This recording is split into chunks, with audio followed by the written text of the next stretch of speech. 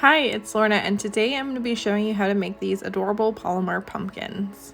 So the things you're going to need are clay, any colors that you want. I'm using white, orange, and purple for this one. Here's some baked examples. You can make them different sizes. For the larger ones, you're going to need some tin foil. I'll show you how to put the tin foil in there. You're going to need a rolling pin and a knife as well. So the first thing that you're going to do is you're going to condition your clay. You need to condition your clay so that it's soft enough to work with. I also have a needle tool, but you can use anything that is skinny. You can use your knife, you can use a toothpick, whatever you want to create it. You can use your fingernails, anything that will make a nice crease for your ridges on your pumpkin. So this is way more white than I will need for these little pumpkins, but here I am conditioning the clay. I'm just kind of working it between. I'm showing you that if you do end up folding your polymer, you can get some air bubbles in there, but you just want to make sure that you press them out. So what I like to do is actually roll the clay in between my hands, but you can push it between your fingers, smush it around. I like to just roll it into coils. So for tin foil, this is why I'm doing a voiceover and not using the original audio, is because the tin foil is very loud and crinkly in the camera. So you can make a teeny tiny pumpkin without it, but you don't want to go much bigger than about a quarter size amount of clay if you are going to not use the center.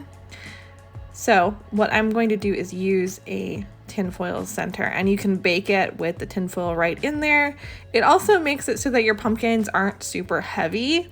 You can actually make a really large polymer pumpkin by using a large piece of tinfoil in the center, and it will make it so that it doesn't weigh, a pound of clay. You're only using maybe a quarter of that.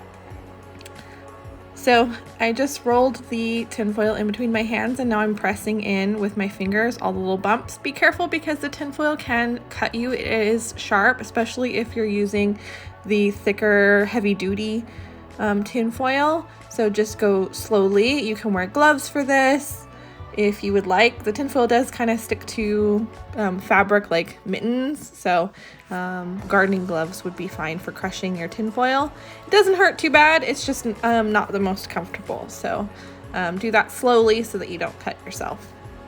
So now what you want to do is you can just pinch your clay and then put it around if you want, but because I want a nice consistent look, I'm going to roll out my clay. So I'm going to roll it into a ball. And see how if I pinch it, it's uneven in certain areas. So what's going to happen is you're going to, when you use your tool for ridges, you may hit the tin foil on the inside. So I'm just going to roll it to the same consistency all the way around. It's going to be about a 1/4 inch thick. I am making it a little bit thicker than I normally would for polymer because I want to carve the ridges in there. So now I'm going to add some little like polka dots. These will be distorted when you roll over them. They're going to kind of be less circular, so keep that in mind. If you wanted some little circles instead of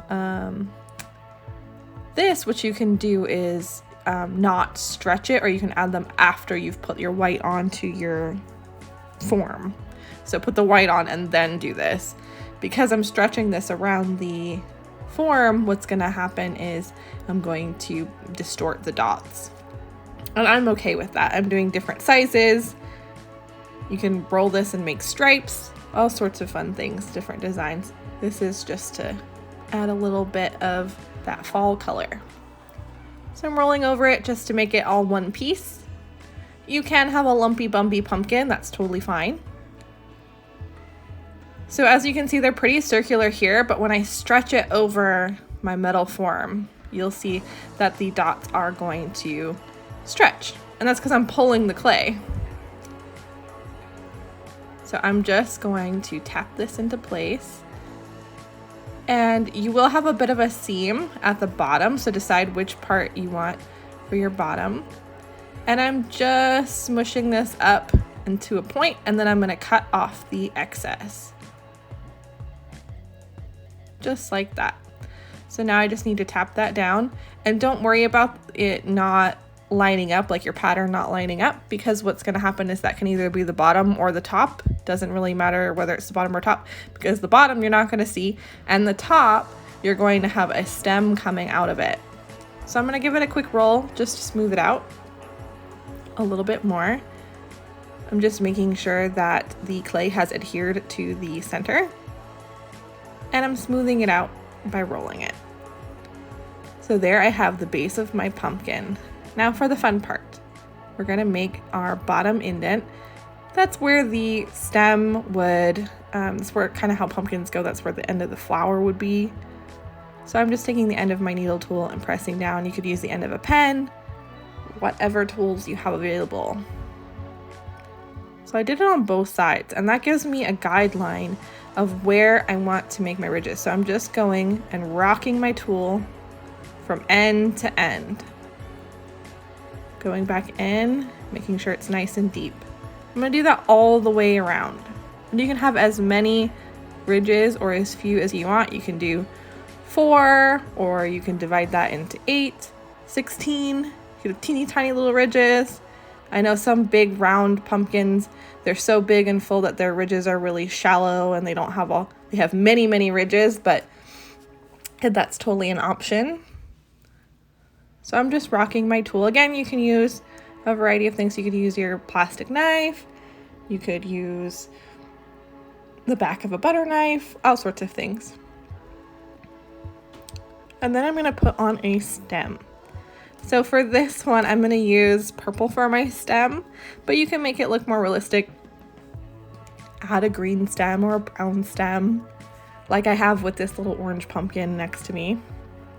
I'm tapping out all of my fingernail marks and fingerprints, just making sure everything is nice and smooth. So I'm just going to take a little bit of my purple. Again, this is more purple than I will ever need. I don't need all this purple, but I'm just gonna roll it out into a coil. So I'm just gonna take my fingers and roll it out on the table. And this is gonna be a tapered coil. And by tapering, I mean it's gonna be bigger at one end and thinner at the other. So I'm just only going to work on the right-hand side a little bit more than the left-hand side, and that's gonna make it so that it tapers. Polymer you can also stretch, which is pretty cool. I like curly stems, but you're welcome just to do a straight up and down stem. And then I'm just going to adhere that to the top.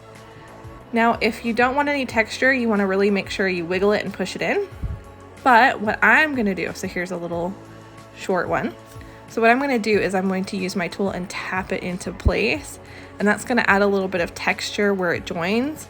And that's pretty true with a pumpkin. Most pumpkins have a lot of texture at the bottom.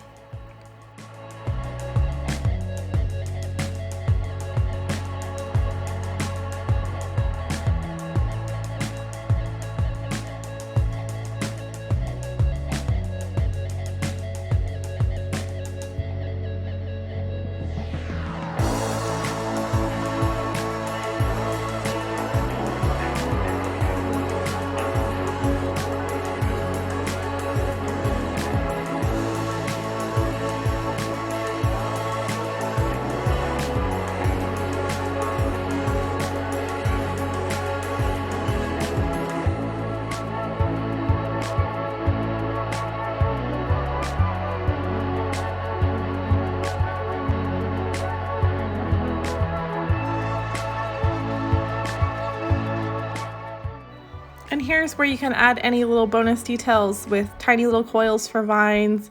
You can make a little flat piece and make a little leaf. You can carve some texture into there with your knife or your needle tool. And you can just really play around with colors. You could do an orange leaf or a green leaf, or like I'm doing purple here to match my stems and vines. And these are just kind of a classic Halloween-y color, but you can do yours more traditional fall colors. Pumpkins are great for year-round. They're a great symbol of fall. And I hope that you create your own pumpkin and that you enjoyed this tutorial. And I'll see you in the next one. Thanks. Bye.